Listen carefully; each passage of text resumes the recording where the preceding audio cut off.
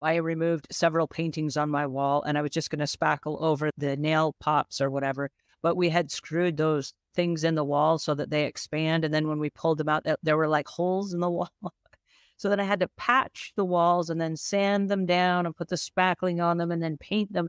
And I was thinking, oh, this is going to take me 20 minutes to do. It did not. It took me like hours before the wall looked like it was brand new again. I'm like, wait a minute, why did I do that? This is not what I do. Why did I just do that? And in my head, it was like this really short little, oh, it'll just take a couple minutes. It did not. And I think people underestimate what actually is involved in those little tiny, oh, it'll just take a couple minute projects. Definitely. I don't do my own taxes. I outsource as much as I can where I'm not the expert because you'll get a better result. That's the bottom line. Yeah. And it's your biggest investment. Your home is your biggest investment. So you want to treat it with care. And if you're going to be selling your home, you want to get the most from that investment that you possibly can. So have the repairs done by professionals. I'm sure there's some small things you can do, but the bigger things you want to make sure that they're done well. Absolutely. And I'm in the Charlotte, North Carolina area. It's so easy now to find well-rated professionals to handle those projects for you. Definitely.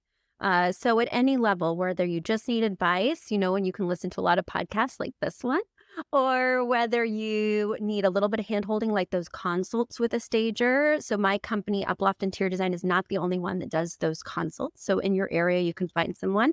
And then, of course, you can do that more robust package. But there's so many opportunities these days. There's interior design is, having a big moment. So you'll be able to find someone and it will be worth it. Like I said, we bought the place for a little under $1 million and 6 years later, we sold it for 1.5. We were able to buy a 2.1 and have our payments be the exact same because we made so much from the sale of the home.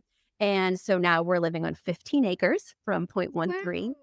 Yeah, now I have a 4,400 square foot home with a separate cottage in the back where I'm broadcasting from today versus 2,300 square feet, So it's a totally different lifestyle, but we really were able to up level and kind of play that real estate game and win. And I think a huge part of it was the staging effort. Absolutely.